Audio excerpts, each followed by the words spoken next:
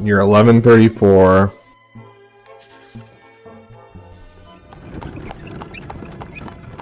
Arrival at the capital. It takes a whole month to reach Eterna. You and Thomas spend the days wagging your chins and staring at the scenery as your carriage makes its way along the road and towards the next province. Soon it crosses from the familiar barren, arid lands of Magra and the stately mountains of Illyria. During one of your many stays at the roadside inn, the two of you are even managed to share a whole bottle of strong wine and keep it a secret from the servant who drives the carriage. Adult life feels positively intoxicating. Thomas, soon I will tell you, soon we will be there, and I'll earn my sword as I get accepted into the military academy, you'll see. And then nobody's gonna walk all over me like I'm some commoner. You keep rehearsing everything they taught you in school. Soon you are almost at the end of your long journey. You have left behind the arid rocks of Magra, the mountains of Illyria, and the flooded meadows of Archnia. Eterna, the capital, is right ahead.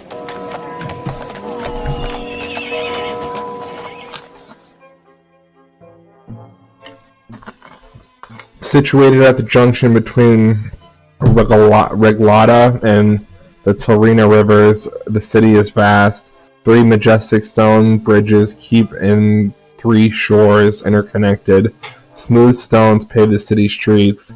Gilded moldings decorate the buildings. Towering pillars reach high into the sky. Your carriage takes you past a spacious park with marble fountains, intricately trimmed bushes.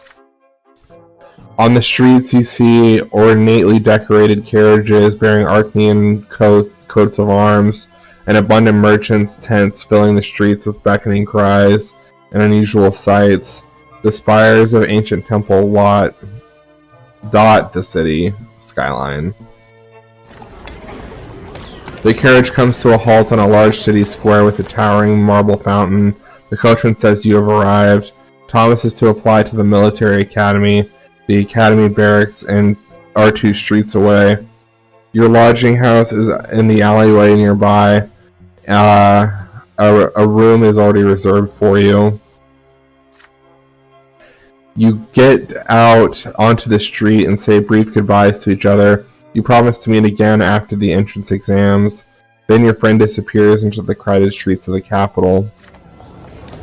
You're left on your own devices.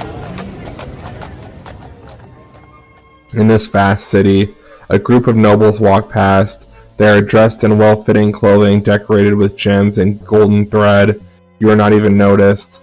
Street urchins chase a dog down the alleyway. Soldiers of the Imperial Legion are marching to fifes and drums towards the barracks.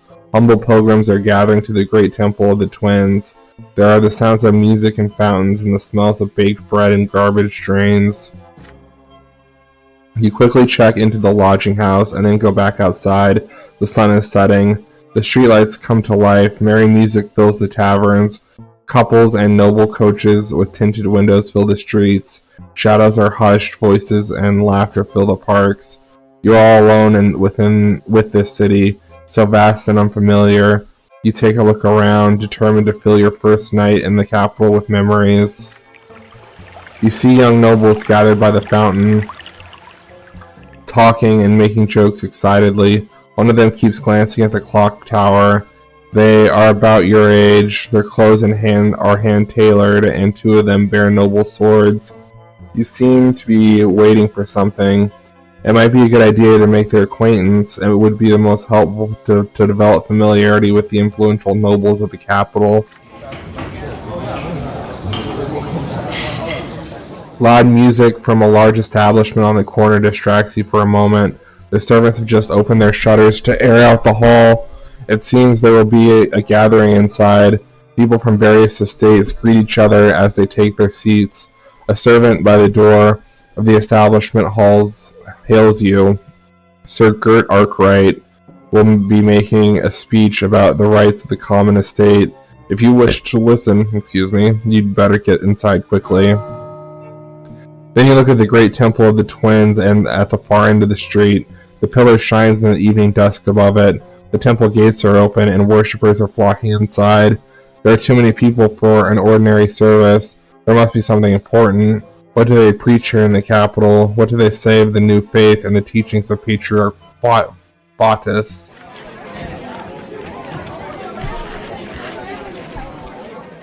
You snap out of your reverie when you hear loud laughter. A group of young men dressed in colors of the Imperial College have made their acquaintance of several lovely girls. They are making their way down the road, united by merriment. One of the girls smiles at you. Is it an invitation to join them? They turn the corner and walk away, but you still hear their voices ringing, echoing throughout the street. A night of revelry and jolly, loud fun doesn't sound half bad. This is your first night in Eterna. No matter what you choose, you will remember it for a long time to come. I already know which decision I want to make. I want to visit the great temple of the twins. You follow the other worshippers to the temple and attend the nightly service.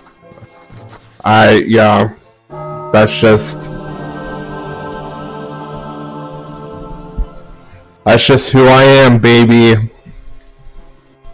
You follow the worshippers and barely make it to the overcrowded temple of the twins. Even the enormous hall of stone is not enough to fit so many people. The commoners' half is absolutely packed, and there are no free seats left at all. The crowd is buzzing in anticipation. You hear reverent whispers. The preacher for today's evening service is Father Ulrich, one of the leaders of the punitive branch of the church. A man dressed in a long black cassock and wearing a silver cross appears on the raised platform by the altar. He bears a rolled scroll on his side, held tight by a silver seal. You try your best to see his face, chiseled features, sunken cheeks, bald head. Father Ulrich looks at you, looks at the crowd with his steely eyes, and the halls fall silent. Father Ulrich, ye who live in Eterna, I see before me the faces of true believers. We are not united before the twins, yet in our faith in them we are united. The twins are the guiding light in the darkness of our life. The twins are the only incontrovertible truth of this world. So says Asatius in his first book. The twins are law and will and love. But the will is above all, for from this will came law and love too. We are born from the will. The twins had the will to bring us those three gifts, and so great Archaean Empire came to be. The twins had the will to lead us, and so we will no longer be lost in darkness, now guided by true faith. The twins brought their teachings to us when the Empire was founded, and so they created the very foundations of our lives, the knowledge of the lots and the hereafter, and the paths we must follow in life. This is their legacy and their gift to us. So heed these words, you who are righteous and live by your lot. You shall be brought to the peak of the shining pillar for eternity of bliss. For you who live in defiance of your lot, you shall endure eternal suffering at the foot of the pillar. Every soul will face the stern gaze of the twins upon their true death and answer for every misdeed. There is no escape from this judgment. So heed my will, for it is the will of the twins. Follow your lot in life, and follow the words of Asatius, and then you shall reach the peak of the pillar, awaited by our gods. You have heard the words many times in the temple, in your theology lessons, from Mother and the pages of the books. But Father Ulrich's speech reaches far, far deeper.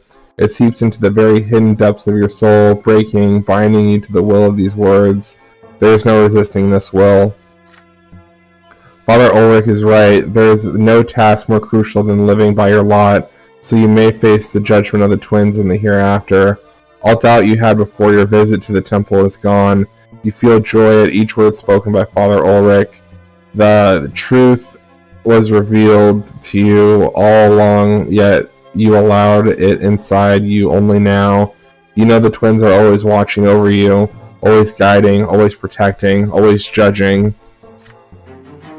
The sermon ends in the small hours of the night. The sky is tinted by the pink shade of the coming sunrise, and the shining pillar stands tall against the heavens.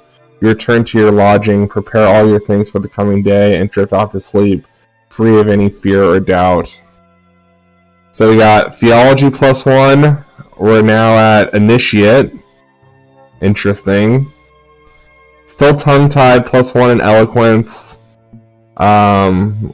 We're at 9. Okay. And willpower -5.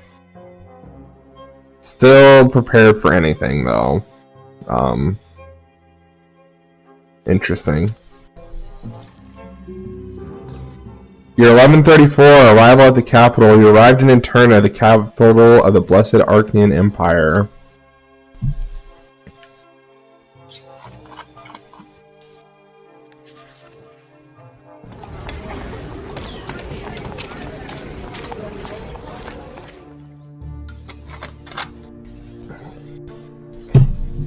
Luke's sermon. You spent the last 3 days studying the books, but today you decided to take a walk through the streets of Eterna. They are full of life as usual. You proceed to the square next to the lodging house. A procession of priests walks through the square. You notice that one of them holds a banner of New Faith, an open book. This is the same banner that was behind Patriarch Fatus on the day of his assassination. Okay, I'll be right. Just give me one quick second.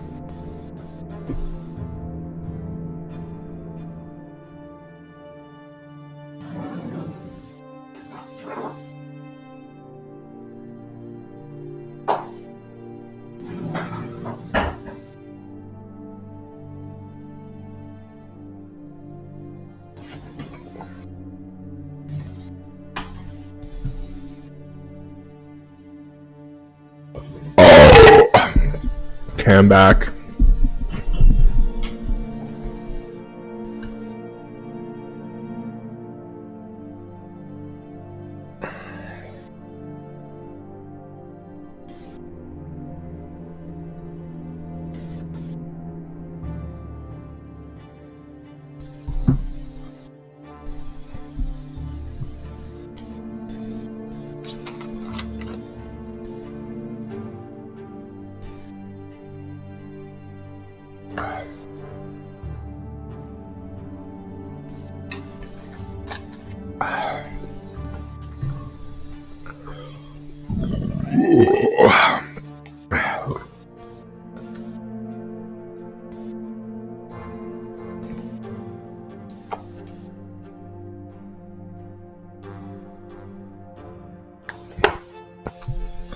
Alright, I'm ready to proceed. The crowd immediately gathers around them. Many people are looking at an icon painting on a small pedestal depicting a gray-haired man with glowing green eyes. You recognize the face of the late Patriarch Fatus. A man with a thick beard appears by the icon painting. His broad shoulders bear a white and gold cloak with a coat of arms of the capital province embroidered on it. He is Luke, Patriarch of Archnia. He casts his stern gaze over the crowd.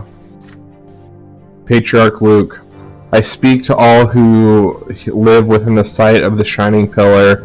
Exactly 1 year ago, we lost Fatus, Patriarch of the Magra province,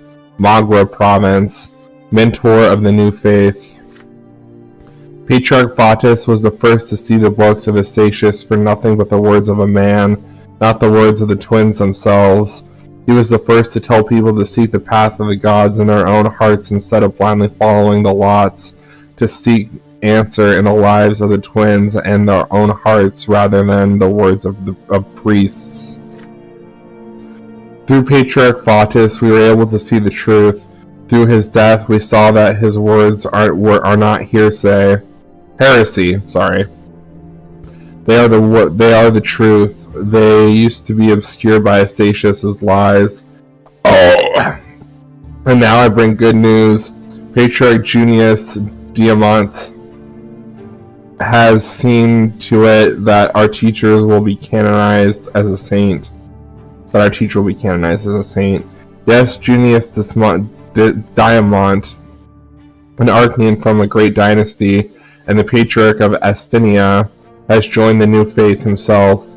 And through this, we hope that the entire empire will soon see that our doctrine is the truth. We are free from the shackles of the lots, and we are equal before the twins. With each day, more and more people hearken to the truth. One day, the entire empire will hear our call. So let us pray, my brothers. The believers around you bow their heads in prayer and thank the twins, not for the lot they were given, as they usually would, but for the chance to choose their own path. The patriarch's sermon is inspiring. It compels you to meet in a sign of prayer. It compels your lips to repeat the words of the new faith. Patriarch Luke's sermon forms a cadence, and your heart beats in time with it now. You recall the murder of Patriarch Faustus a year ago. It seems more patriarchs share his doctrine now. The news of Junius Diamant joining the new faith is stunning. If an Archnean from a great dynasty has sided with Faustus's doctrine and agreed to see that everyone as equals under the twins, the new faith must be truly putting down roots. But suddenly several figures appear by the podium, figures clad in black with glinting silver on their sides, inquisitors. They push through the crowd and form a circle around Patriarch Luke. One of the priests rises before the crowd. He is clean-shaven, tall, and chiseled features. Everyone falls silent at the sight of him. The Inquisitor speaks with a booming voice that can be heard by all. Father Ulrich. I am Father Ulrich. In the name of the twins and by the right of the Inquisitor, I order you to turn around and leave. The words you're hearing are full of lies. Patriarch Luke has set out to poison your hearts and minds, and the Inquisition will not allow this heresy to spread. The only true path in life is the will of the twins. Life offers us no other choice. We are hereby ordered to disperse at once. Most people leave the square immediately. Few want to get involved with the Inquisition. Some people stay, however, and some people shout angrily, "We want to listen to Luke. He is the Patriarch of Archnia, and he has more to say. Get away from our sermon, old believers. We will not listen to you and your hoary old lies about the lots." Father Ulrich. Inquisitors, bring those who may yet listen back to their lots, and leave others to the champions of faith. The black-clad Inquisitors descend upon the podium and approach the people who chose to stay. With nothing but their words, they make people stop shouting and start listening. The uproar ceases quickly. They have dissected the crowd, split it in smaller groups, and surrounded each Inquisitor. One of the Inquisitors chooses to approach you. He is a humble-looking man of age with a rough haircut. He looks you straight in the eye as lively, soulful voices forces you to listen to the words despite yourself. Jeremiah Hogg. My name is Father Jeremiah. I know your thoughts were stirred by the Patriarch's words. You are not sure whom to trust, but I teach at the seminary. I have been studying the teachings of the twins my entire life. You can trust me. I know you can hear what I have to say. I see their light in your eyes, the light of the true faith. Will you listen to my counsel, my son? You feel no malice in the words of the Inquisitor Jeremiah, only hope. It is his lot to aid you, to guide you away from error and set you on the path of the true faith. He is the priest, so he should know the truth. Or perhaps the Inquisitor himself is in the wrong. Listen to his counsel, debate him. You argue against the Inquisitor and in favor of the new faith, resist him. You refuse to be ordered around by him. It is not the clergy's place to give orders. Man, this is so interesting.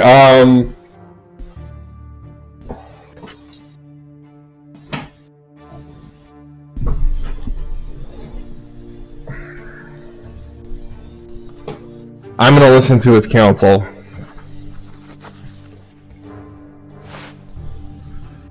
At this crossroads in your life, in an unfamiliar city, you honestly need advice.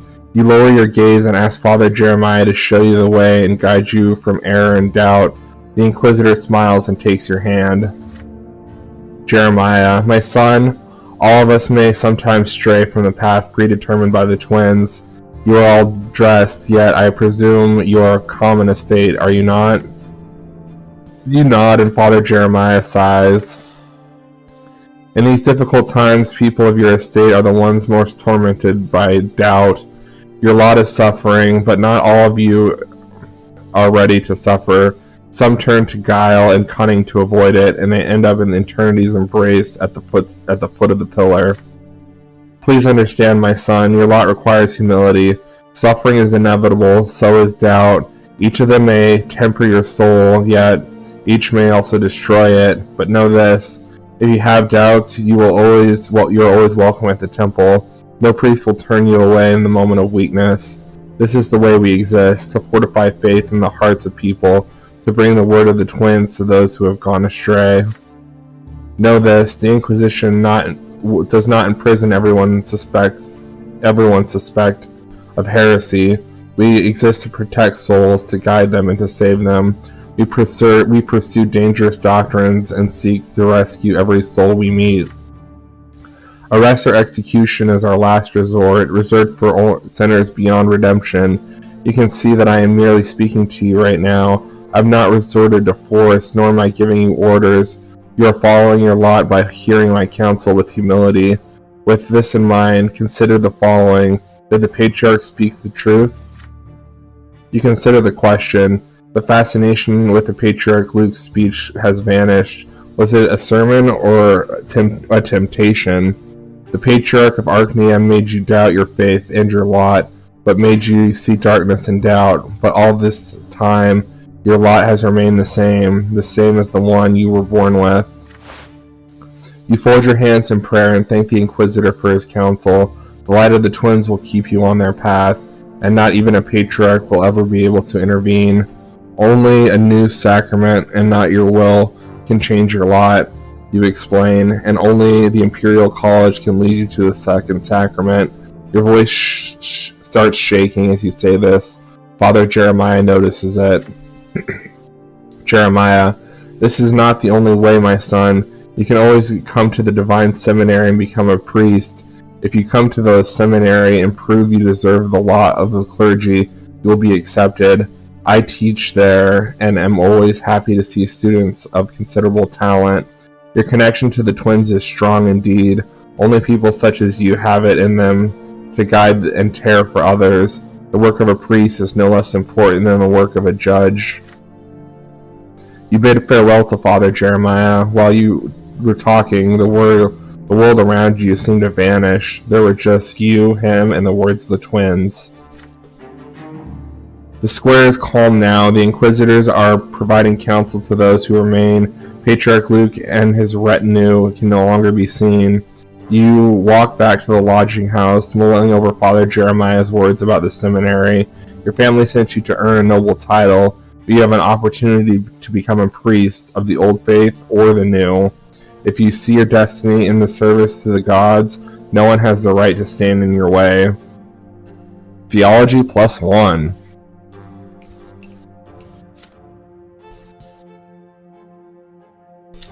I'm thinking I would rather become a priest than become a judge. But that's just me. Year 1134, Fall. The advance of the new faith. Patriarch Luke's sermons have converted many commoners and nobles of the mantle to the new faith. There are now several temples in Eterna that follow the new canons. With Luke's blessing, this has led to no small amount of anger among the followers. Okay, hold on. The followers of the old faith. I'm going to text my mom and I'm going to ask her, should I stay with the old faith or go with the new faith? I'm playing a game.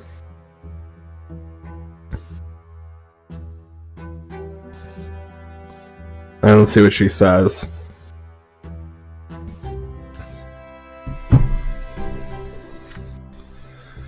mighty bishops of the church lead the new faith. One of them is Luke, the patriarch of Archnia himself, the spiritual mentor of the capital province. He preaches all across Archnia, his every sermon adding to the new faith's flock. The other leader of the new faith is Patriarch Junius Diamont, hailing from a great Archnean dynasty, and he is the de facto ruler of Estenia province. Adored by his subjects, he founded the Holy Order anew. Junius Diamont rarely preaches, but people believe the Estinian Patriarch attends to the needs of all those who convert to the new faith. The schism within the church is growing. The split has furthered the divide between commoners and nobles. Thankfully, there has been no direct conflict as of yet, but it has become clear there is no way to stop the steady advance of the new faith. Born from the death of Patriarch Faudus, it grows stronger by the day. Okay, a church plus 2. The prevailing religious school in the province of Margaret determines doctrines, rites, and traditions.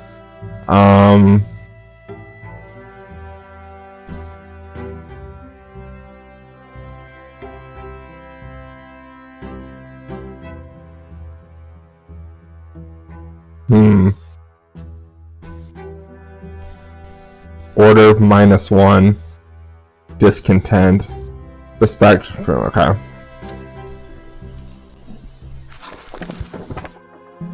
Alright, I'm going to take a quick bathroom break and get another Coke. I'll be back.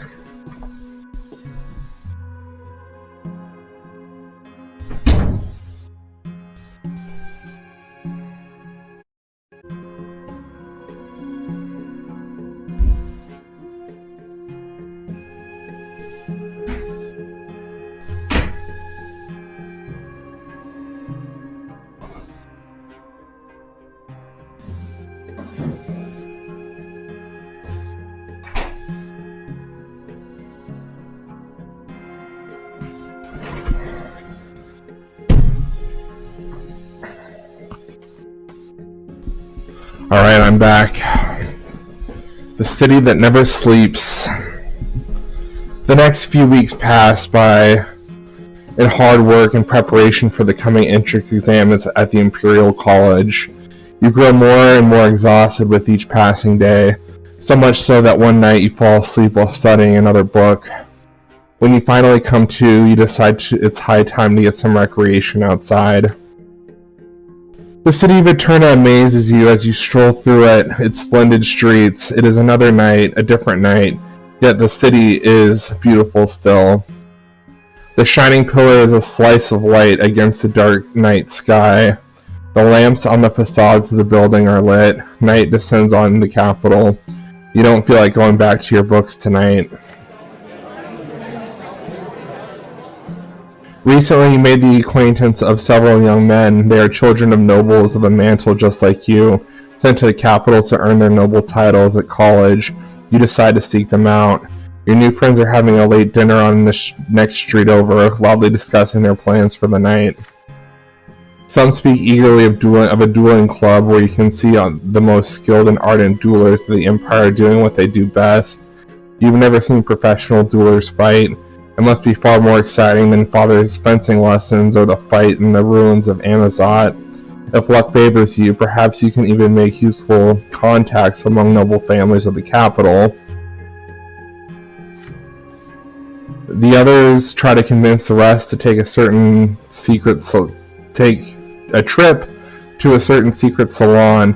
The establishment is expecting a guest tonight, they say, a young lady who speaks about the true state of affairs in the Empire. There are many questions about the nature of the place and identity of the mysterious speaker, but the young men have only one answer. They are forbidden to speak about outside of the club. However, they can take you there as long as you aren't afraid to learn a dangerous truth. Ooh, that sounds interesting. The others are still drinking their fill of wine rather than eating. Fencing, they say? Speeches? Nonsense. The place you ought to go tonight, they claim, is the Markian Society, a gathering for those of common estate but uncommon opinions that offer pleasures for everyone, pleasures of the palate, pleasures of drink, pleasures of the flesh. Is it not heresy and a crime? Perhaps, and yet of your newfound friends are eager to go there. Some of your newfound friends are eager to go there. In the end, the group splits in 3 to spend their night as they see fit. What will it be? A contest featuring the best fencers in Eterna, an establishment both of mysterious and dangerous, or an encounter with the people who defy their lot with audacity? You weigh the options. Go to the dueling club. You decide to learn from the Empire's best duelers. Go to the secret salon. You choose to see the mysterious lady and listen to her dangerous speech. The Markian Society. You agree to join these people who have traded away the bliss of the hereafter for all the pleasures of life. I'm gonna go to the secret salon. That sounds the most interesting to me. The secret salon is an unremarkable wooden building down an alleyway a few blocks from the great temple of the twins. You hear a couple of tough Tarturan fellows at the door eye you suspiciously. Their faces are obscured by hoods. One of your newfound friends nods to them, and you are allowed inside.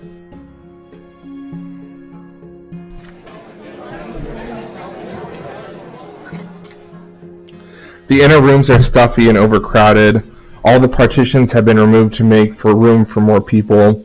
There is a raised platform next to one of the walls, perhaps a stage. There are benches all around. They are occupied by people of the common estate, most of them modestly dressed. They are artisans, tinkers, street vendors, students. You see some of them are wealthy and impeccably dressed. A mop-headed young man dressed like a low-ranking clerk appears on the stage. He claps to attract the public's attention.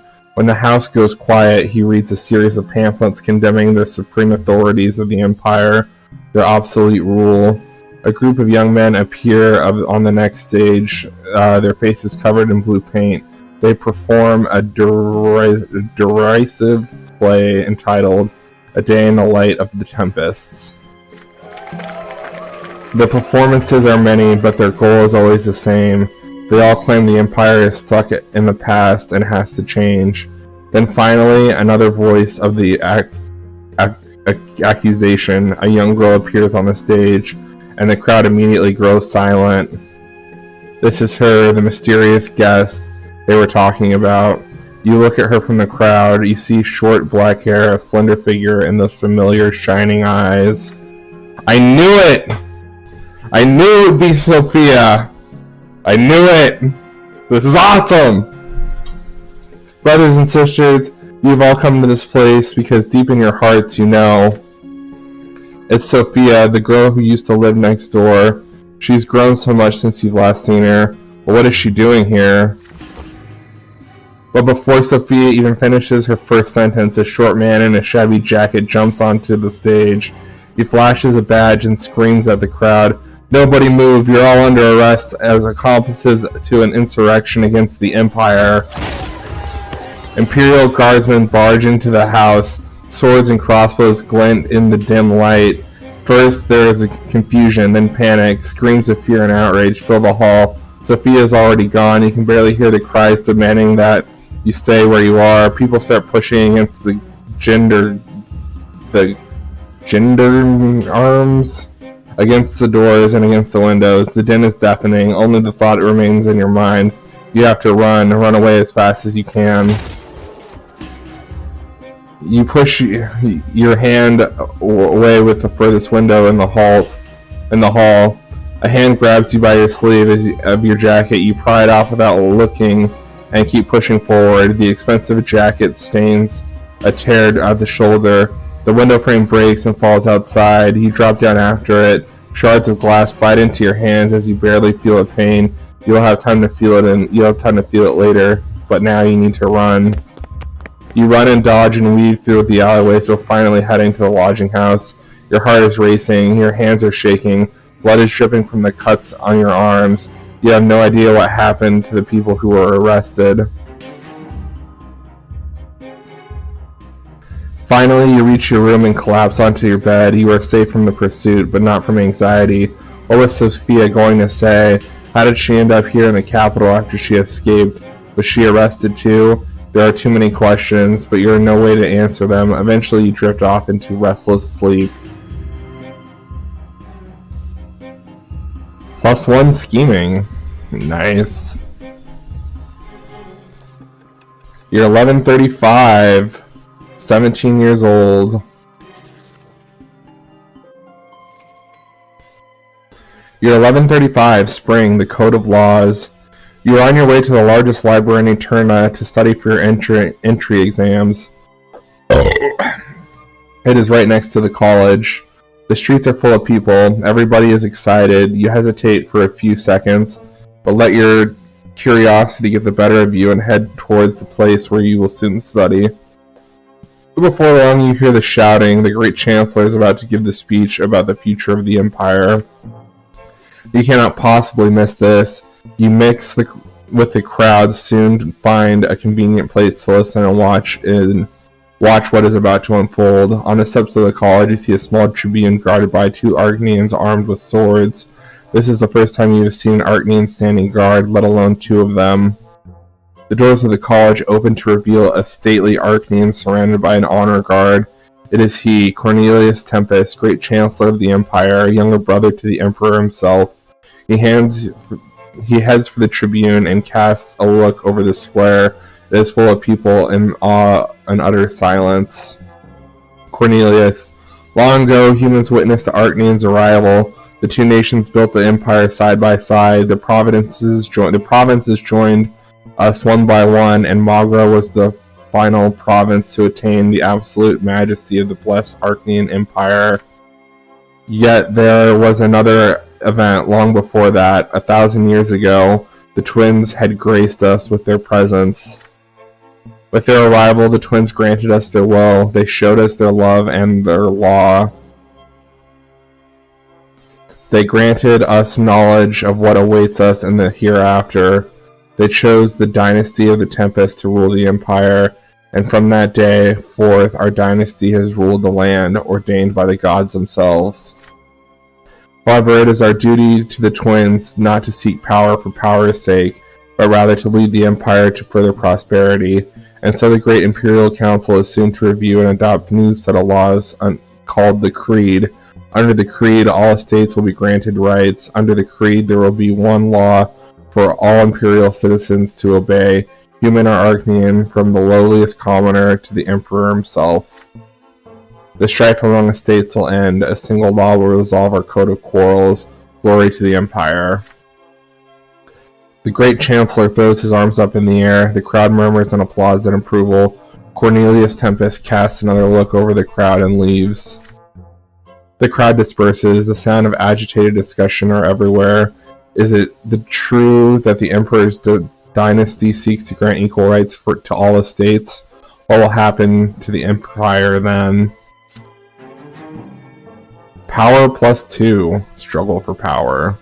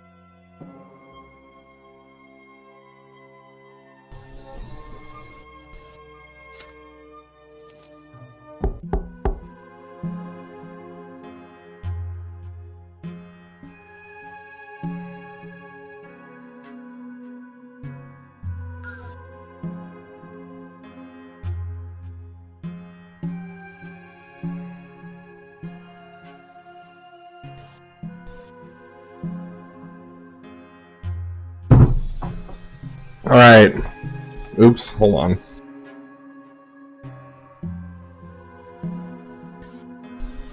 The girl from your past. Let me take a drink real quick.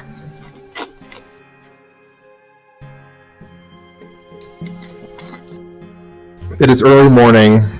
You've been awake since sunrise, studying. There's a knock at your door. Is it a letter from home or a hotel servant? You open the door and freeze, stunned.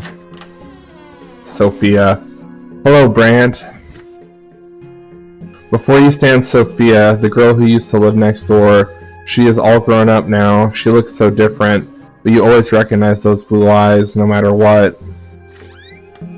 You gesture for her to come in. Sophia enters the room, glances around and sits in the armchair. You eye the girl you used to know as you sit across from her. But the young woman you see now has little in common with the girl you used to know. There is a cold steel in the way she looks at things. Her hair is cut short. But what is she doing here? Sophia. I can explain. I've been living in Eterna for a long time now, ever since I ran away from Anazot. I heard the other day that you'd left the capital to get into the college, so I found you, and here I am. You asked how Sophia learned about your arrival and where you are staying, and she answers your questions with an enigmatic smile. We'll get to that later. Right now, I want to see how much you've changed since we last saw each other. As for me, I've changed a lot. I'm a whole different person now. You look away as you recall your previous encounter, back when Sophia ran away from the Arcane Master. Sophia chuckles as she continues. Would you like to know what happened next? I traveled through the entire Empire all alone. I had nothing. My journey ended only when I reached this place, the capital, with all its important people and events. This is the heart of the Empire. It's a place where I can make a difference. I've made friends here, found people I can truly call my family. I've gotten an education of sorts, and I have a purpose now. I fight against injustice. I fight against the lots. I fight those who treat our lives like mud on the pavement. And no, I'm not afraid to tell you that. I came to you for good reason. I need help. I know you. I have faith in your good heart, and besides, this is about the Imperial College you want to enroll in. There is a scholar there by the name of Bartholomew Dextra. He teaches natural sciences at the college. Dextra is an old man, but he's quite progressive. He'll stop at nothing to advance science and acquire new knowledge. As you know, only second-generation nobles or above are allowed to teach at the college, but Dextra, he is a commoner. He has forged his patient of nobility to get a position at the college, but the secret chancellor recently learned of this. Dextra is about to face true death for this forgery. But how is that justice? A man wants to teach people, and for this they're going to take all of his lives. They're going to punish him for the crime, quote-unquote, of being born in the wrong estate. It's evil and obscene, and I will not stand for it. Dextra deserves to be rescued. But I don't want to put anyone in danger, so I need your help. You're from a rich family. You're almost a noble. If you help me get Dextra out of the city, nobody will suspect anything. No one will know, and the scholar will live on to continue his research elsewhere, far away from the secret chancellery. Will you help me? You feel perplexed. You feel perplexed by Sophia's sudden request. She is asking you to break Imperial law and undermine the work of the secret chancellor to save the scholar. Rescuing Dextra would be an adventure, but it would also be incredibly dangerous. And besides, Dextra is a fake noble. He resorted to lies and deceit to get his current position. How much does this matter to you? Sophia's blue eyes are studying you, waiting for your reply. Help her? You agree to help Sophia rescue Dextra? You refuse. There's no way you're going to rescue some false noble. He's getting his just desserts. Assuage your guilt.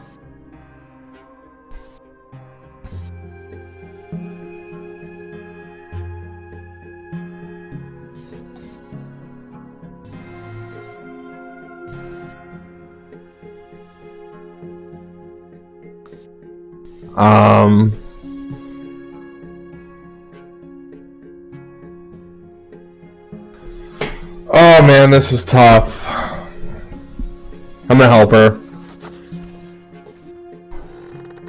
You promised to help Sophia. Bartholomew Dextra does not deserve this.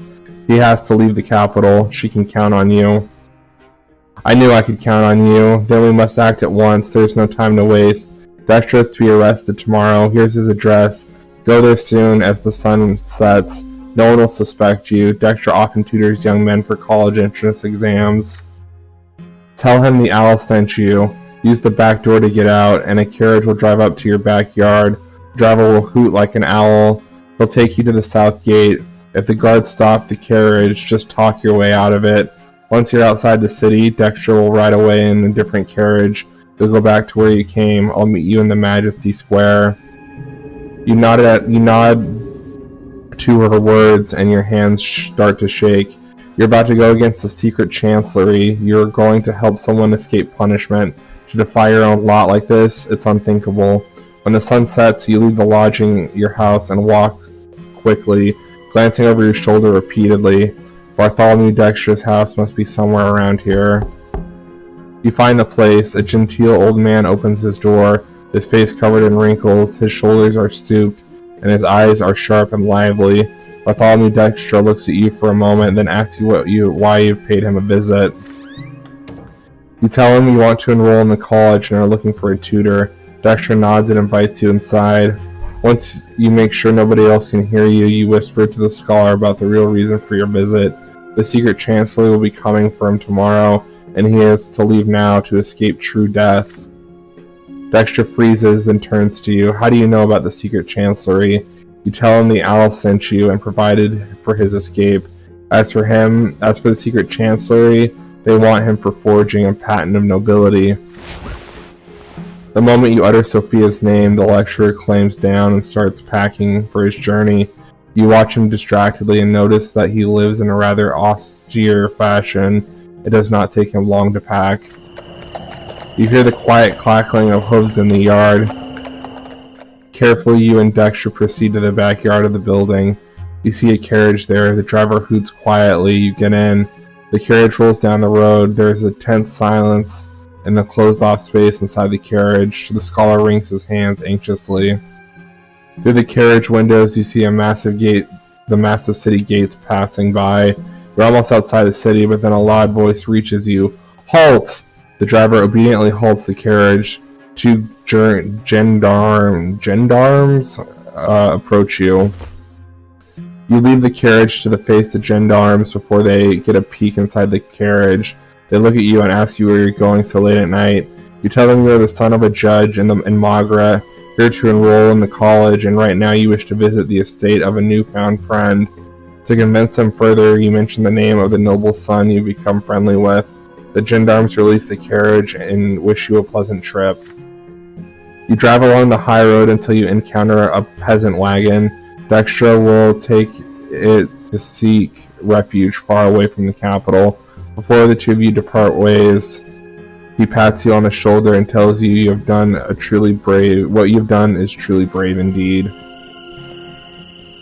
You return to the city without incident. You find Sophia in Majesty Square as agreed, sitting on a bench by the streetlight, reading a book of some sort. She closes the book, and when she sees you, and offers you her hand. So did everything go according to plan? You nod. Sophia, then we've earned ourselves a bit of free time. Let's go. Yeah, we've earned ourselves a bit of free time, eh?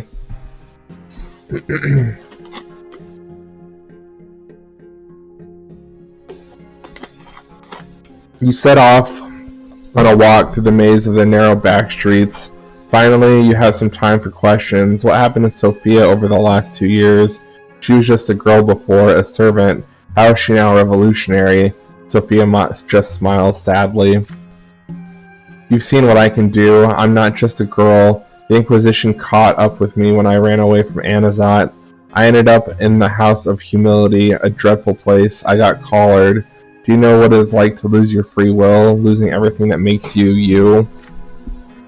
She unclasps the tall shirt collar from that she had been hiding her neck all... She unclasps the tall shirt collar that had been hiding her neck all this time, and you see the round mark from the anti-magic collar. They say a scar like this will remain even after a lesser death, but I got lucky. Patriarch Junius Demont saved me. Demont took me and the other mages from the House of Humility and removed our collars. He made me one of his attendants. He taught me that there are no lots. He told me that I'm like this because I'm a freak. Not because I'm a freak, but because of my nature. He told me I can find a path to the twins like anyone else in the world. And then I was taken. I got out on my own. I found my own lot to protect the common people from the noble yoke, to help others who are as unlucky as I am, to fight for a different world, a world where everybody has equal rights, a world where mages don't get robbed of their will just because of one aspect of their birth, a world where nobles no longer tread upon the commoners. Yes, this is our dream, but we still are so far away from it. But I will keep moving towards it, and I'll stop at nothing. A strange, distorted expression appears on Sophia's face, but she quickly returns to normal. You keep walking until you are at your lodging house again. For a moment you just stand there looking at each other. Then suddenly Sophia embraces you. For a moment she remains still in your arms and whispers, "You should join my cause. If we work together, one day we'll become a force to be reckoned with. I know you came here to find your way, but I'll never believe you really want to bind yourself to other people's laws and desires for the rest of your life. The path I walk is dangerous, it's almost hopeless, but it's worth living for. Think about it. Goodbye." Then she withdraws just as quickly and disappears in the streets of Eterna. You make your way back to your room, exhausted by the events of the day. Was this really just a single day in your life? Sophia +1. Status trusting.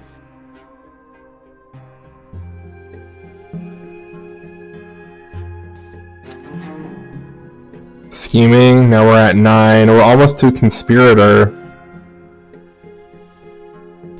Valor +1. It's still weak in battle. Yeah. Oh man. I will never forget that day. For it was then that I chose the path I would walk for the rest of my life.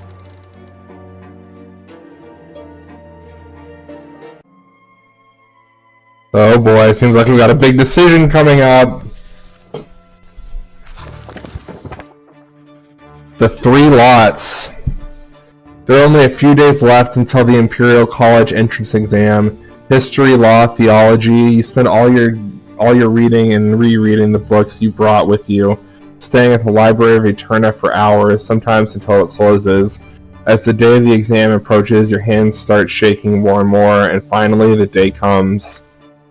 A clear sky hangs over Eterna today. The breeze is warm.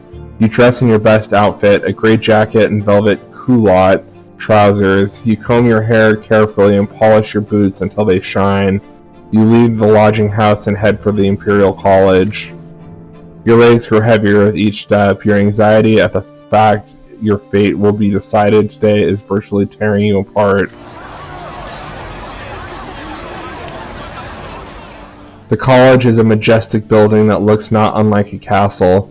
In the square in front of it you can see several dozen people, young men, sons of nobles of the mantle like you, waiting for the college doors to open.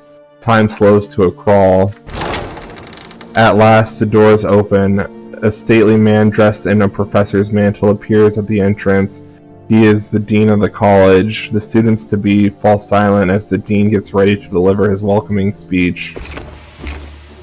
But the silence is interrupted by heavy footsteps and clanking armor. A squadron of warriors emerge near the college, led by Archnean officers. Their banner bears an image of golden grains. The noble militia of the Mania province? What are they doing here? The nobles of Mania form a circle around the college, each warrior moving quietly and precisely until a chain is formed. One of the Archneans is clad in an old-fashioned suit of armor. He's the leader of the militia. He locks the bar on the massive doors to the college into place, and proceeds to the stairs to address the crowd loudly. I'm not even going to try to pronounce that name. Regis Monrogue. Commoners, before you stands Regis Agarius of the Monrogue dynasty, Archduke of Monia. By my will, the college is hereby closed, and today's entrance exams is cancelled. Your lowly origins make you unfit for the great honor of rendering service to the Empire, a right that ought to be available only to the heredity of nobles of the sword. The college's reputation has been tarnished. It breeds... Hold on.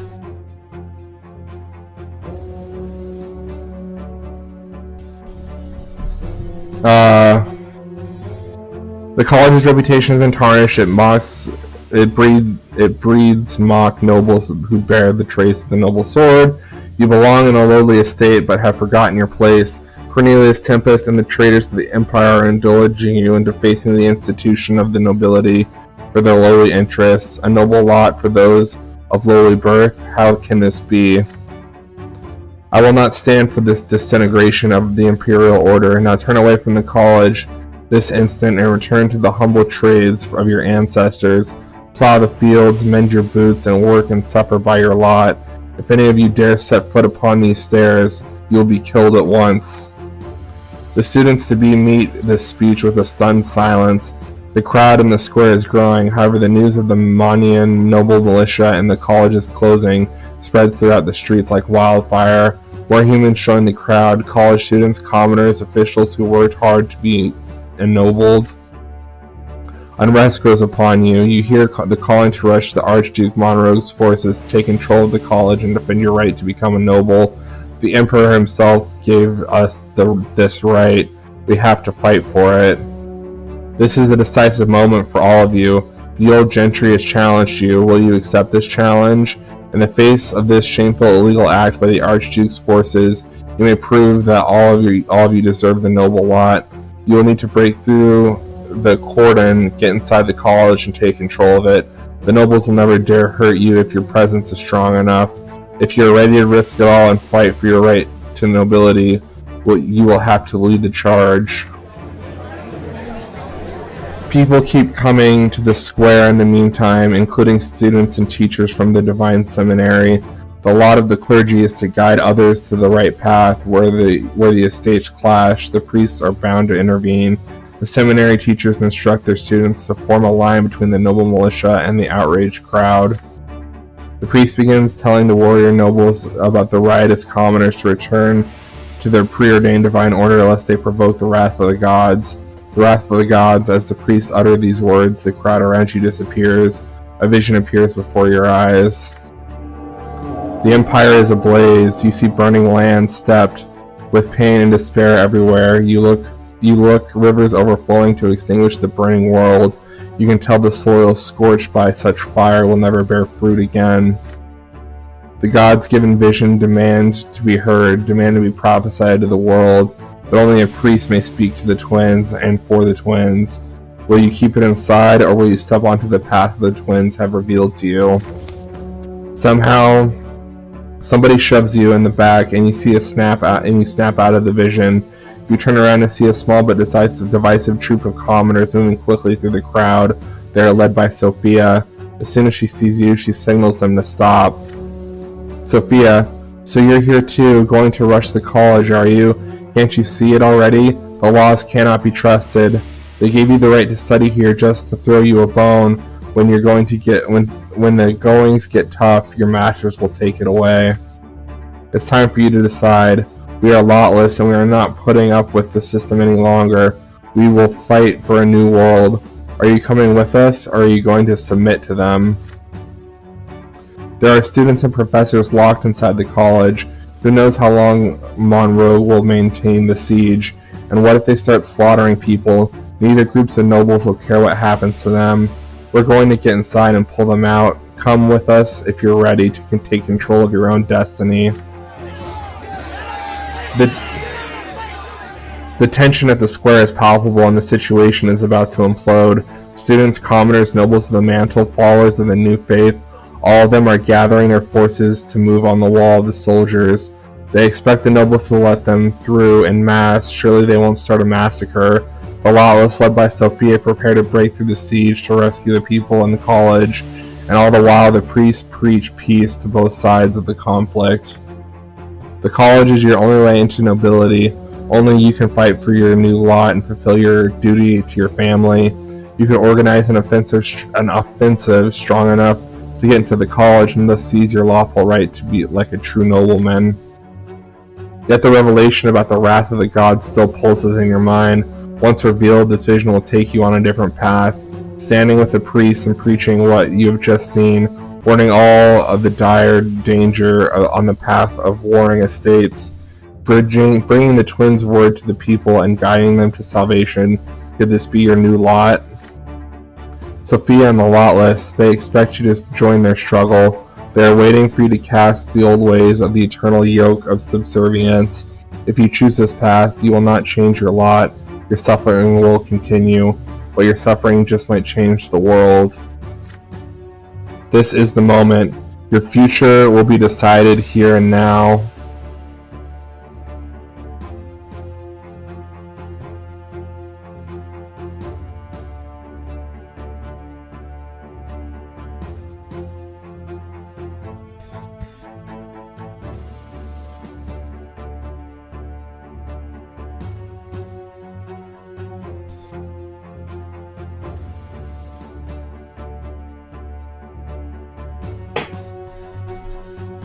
Oh man.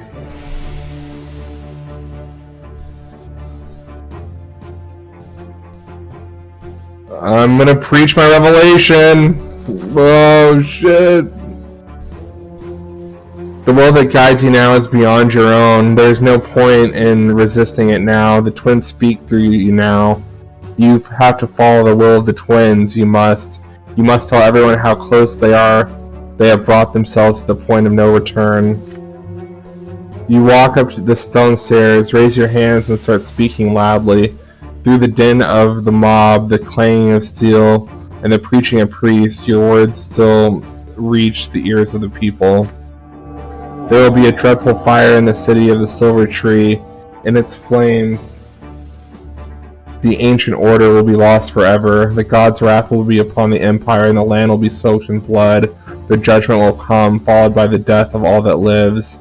The last thing the world shall see will be the twins' faces, shedding bloody tears for the beloved creations that have gone astray. Such is the world's fate, yet it's not too late to change it. As you utter your last words of the revelation, you grow numb and rigid as the vision leaves you. There is a crowd around you now. They heard your every word. They heard the twins speaking through you. A hooded man dressed in a black cassock appears before you. He bears the silver seal of the Inquisition. He is accompanied by two warriors wearing heavy armor covered in sacred symbols. Monk, seize this pretender. He dares to preach in defiance of his lot. They grab you by the wrists and gag you, and they throw you into a dark carriage. It takes you to the Inquisition ward by the great temple of the twins. A week of silence. This is the Inquisition's punishment for laying claim to the lot of the clergy. You are locked in a tiny cell, a small room normally fit for prayers. The inhuman strength you felt is gone. You are utterly exhausted. The next week is a blur. You lose track of day and night, of dream and vision and reality.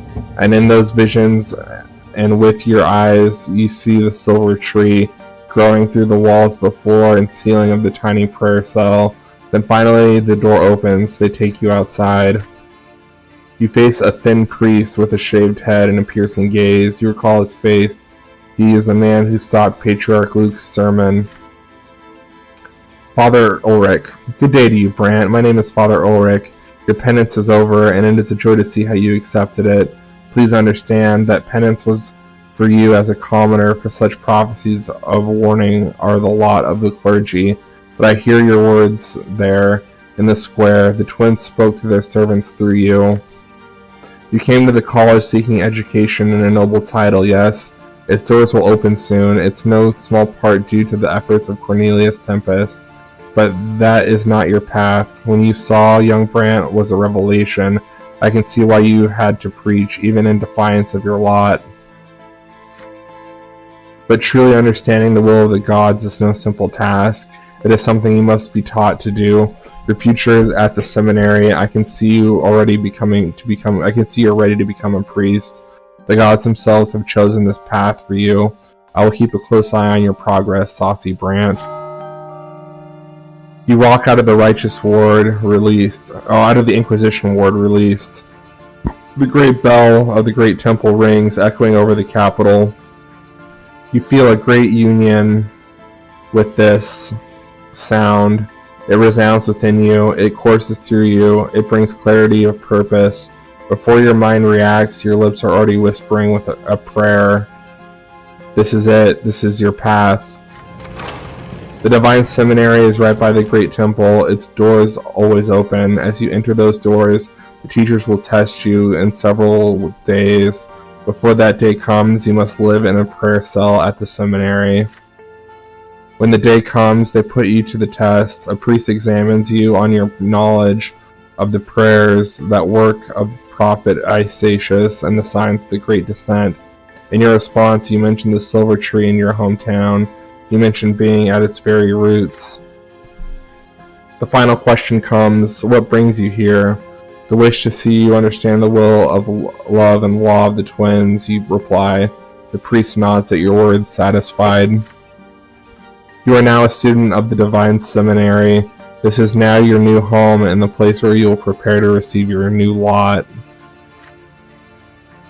You will become a priest.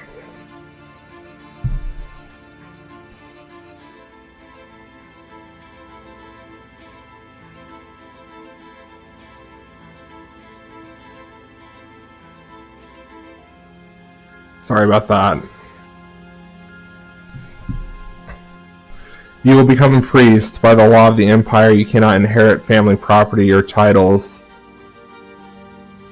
You are to carry the word of the twins into the world from this moment forth until the death takes you to the hereafter. Until true death takes you to the hereafter.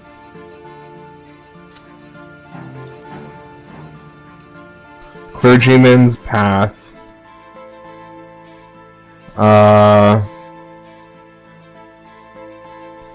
You enroll in the seminary hoping to become a priest and assume the lot of the clergy.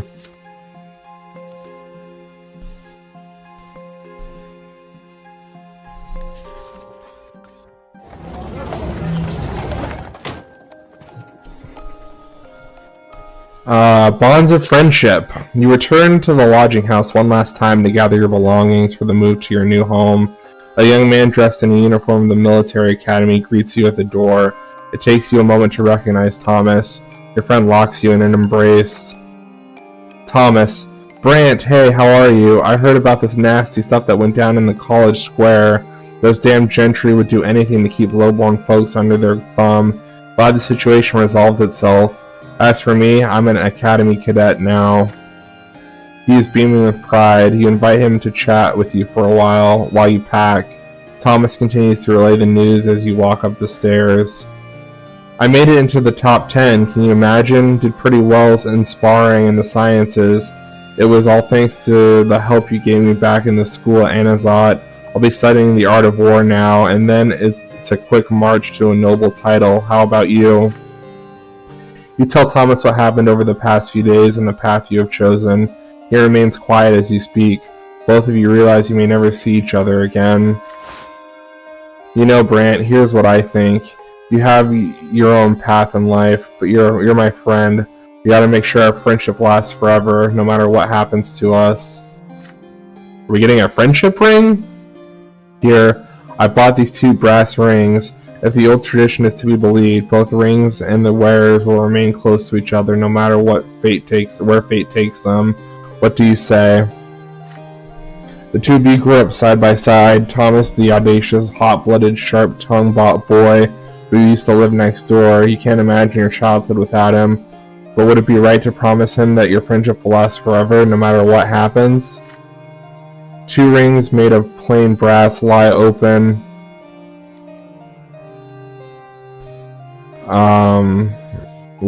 Plain. If you wear the rings, you'll be bound by the true friendship for the rest of your life. I can't take the ring.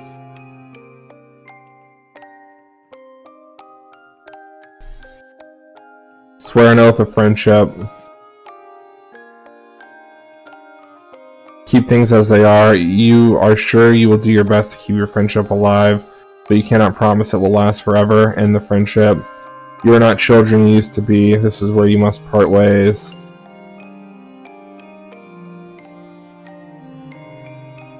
I'm gonna end the friendship. Parting ways. You do not take the ring. The smile on Thomas's face fades. You sigh heavily and tell him what you think. The two of you no longer walk the same path. Why make false promises if you're going to belong to different worlds and estates? No rings will ever change that. Thomas sighs heavily too. He puts the rings back in his pocket. Sad. Yeah, I get what you're saying. Fair enough then. Guess our friendship is a thing of the past. So we're going our separate ways after all. Well, take care, Brant. Who knows, maybe we'll meet again someday. He offers you a hand to shake before he leaves. You wish each other luck and part ways. Thomas leaves and the door closes. You're finally alone in your room. It's time for you to pack your things. Your new home awaits. Severed all ties.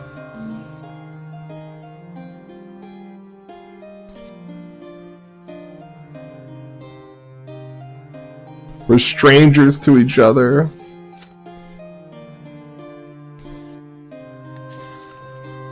Oh man. Your 11:35 fall. A letter from home.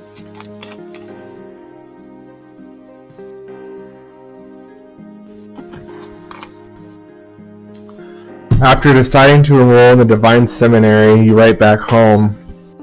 It isn't an easy letter to write. Father sent you to the capital to enroll in college, but who could have predicted the Archduke Monrogue's assault on the college or the revelation that found you here?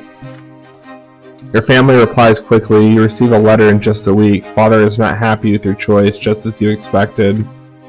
Robert, my son, I realize that there are difficult times in the capital. Nobody expected an attack on the college. Had you been more firm, you could have upheld your right to study there. Cornelius Tempest will ensure that the college opens again. You have already rejected the nobleman's lot. It seems your grandfather was right. But your choice is made, so follow it, and study to become a priest. I did not send you to the capital for this, but I accept your choice. Mother, on the other hand, supports you eagerly. My dearest son, I am proud you have chosen to follow your destiny, even if it means going against your father's expectations. I always knew you would carry the twins' word into the world. This is as it should be. Nathan echoes mother's sentiments. Nathan, the path of faith may have been even more noble than the path of a noble. I'm going to go to the seminary in Anazat like you. We're going to live the same lot, you and I. You always show me the way. You're not surprised to learn that Stefan and Gloria are disappointed in you, each for their own reasons. Stefan, how could you defy Father's will? It cost him so much time and money to send you to the capital, but alas, what can we do? If the lot of the clergy is your destiny, then so be it. We are of noble lot. We'll attend to our family's future from now on. Gloria, I wanted you to find your own way, you know, and you defied Father's will, all to bend to the will of the church. I hope your new lot fits you well. +3 with, or +1 with Lydia, +1 with Nathan, -1 with Robert.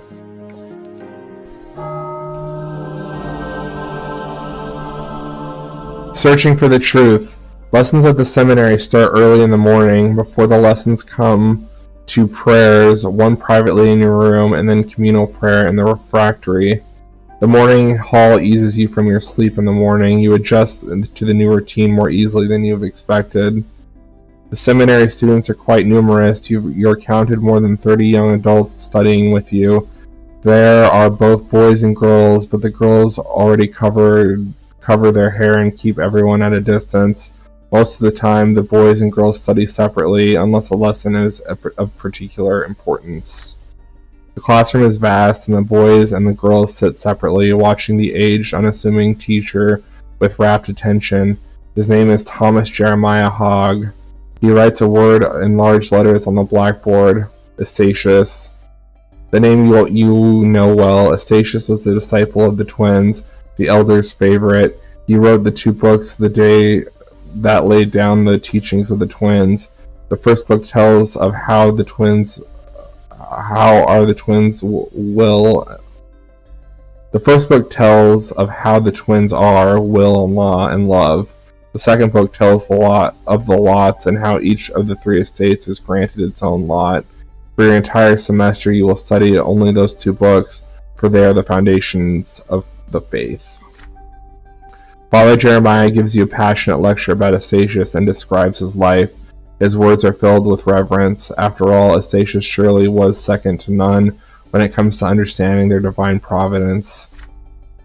After a dozen days in the seminary as a student, you hear a rumor. Luke, the patriarch of Archnia, is about to come here, and the teachers are preparing themselves. Father Jeremiah informs you of the patriarch's arrival a few days later. Jeremiah, it is a tradition that every year the patriarch of the capital province personally teaches a class for the first year students of the seminary in Eterna. The lesson in question will be held in 3 days. We teachers are aware that many students are too preoccupied with their current studies to attend this lecture, but I assure you that you will not attend this lesson. It will not affect you. If you do not attend this lesson, it will not affect you in any way. The students exchange wary glances. Skipping class is normally grounds for harsh punishment. The uncharacteristic mercy is only a few words away from saying you ought to skip the lecture. Your curiosity is piqued. What is making the seminary teachers treat the patriarch's lessons like this? Perhaps you should hear what he has to say and see for yourself. You decide to attend the lecture. The day comes. The lecture hall is half empty. There are several teachers in the hall, as well as keenly eyeing every student who has chosen to attend this class. A few minutes behind schedule, Patriarch Luke arrives. You recognize his broad shoulders and thick brown beard right away. His eyebrows are thick too, and brown hair, half-squinting eyes gaze out from under them. He greets the students with a smile and begins. Patriarch Luke, the air of the seminary is so inspiring. There was a time when I too studied the teachings of the twins within these walls. My mind was overflowing with questions, but I found answers to only a few of them. I believe that many among you have found a little satisfaction in the answers that have come down to us from the faraway past, and I believe that you will yet find answers that have eluded me. More than thousand years ago, the twins came into our world. They brought us knowledge. After true death, each of us shall face divine judgment and retribution, and the fate of each of us in the hereafter depends on the righteousness of our worldly lives. You are students of the seminary. You are now studying the teachings of Astatius, the foundations of our faith. The students of the elder twins lovingly assembled all their words, all their guidance, and brought it to us who live in the present. But how true is the word of the lots? The bonds that hold our present society together were indeed established by the gods. There are whispers from the teachers' seats. They are not happy with these words, but none of them see fit to interrupt the patriarch. Apart from the written words of Astatius, from no other proof that the twins established the lots and told people to follow them while they were present in this world, neither the elder nor the younger ever mentioned separating people into 3 estates. The twins only told us that the judgment we shall face in the hereafter, and not the laws by which they will judge us. That being said, I will ask you a question, the very question my brethren fear so much. Is there a chance Astatius was in error, for no mortal man is free from error? And is there not a chance we are all error by repeating his words? Instead, would it not be more sensible for everyone to interpret the teachings of the twins individually? Perhaps the solution to the teachings of Astatius was right for Astatius himself, and not all of us. The teacher's displeasure grows louder and louder with Luke's every word. Finally, Father Jeremiah grows indignant enough to interrupt the lecture. Jeremiah, this profane speech must end. How can a man of your rank be so imprudent and irresponsible to confuse young people with such ungodly heresy? You will find that no soul in this very hall will ever doubt the truth as written in the sacred books. To this, Patriarch Luke smiles again. Luke, I am a mortal man, like Saint Eustatius, so I may be in error as well. If this is indeed so, and no student of the seminary shares my concern enough to dedicate a paper to the questions I have asked, then I will curtail my dangerous speech so as not to confuse these bright young souls. But it is perchance you are the ones in error.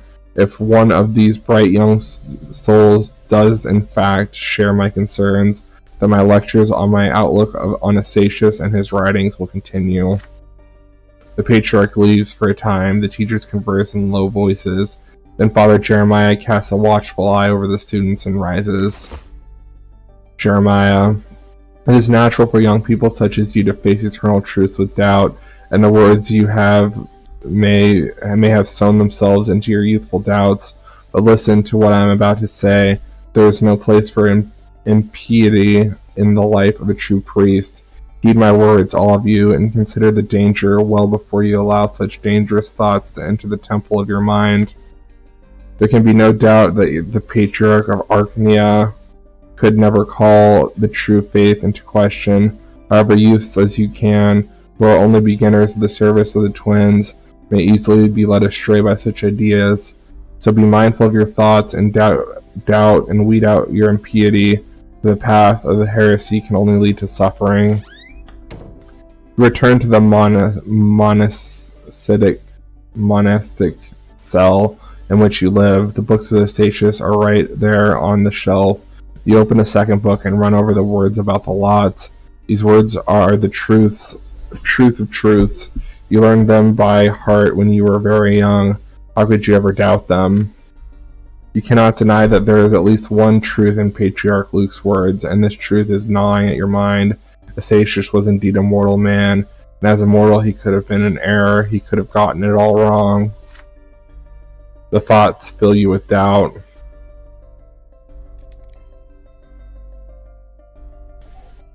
Reject the doubt and strengthen your belief. Support Patriarch Luke.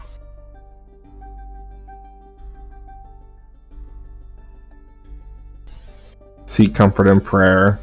You seek solace and unity with the will and the law and love of the twins.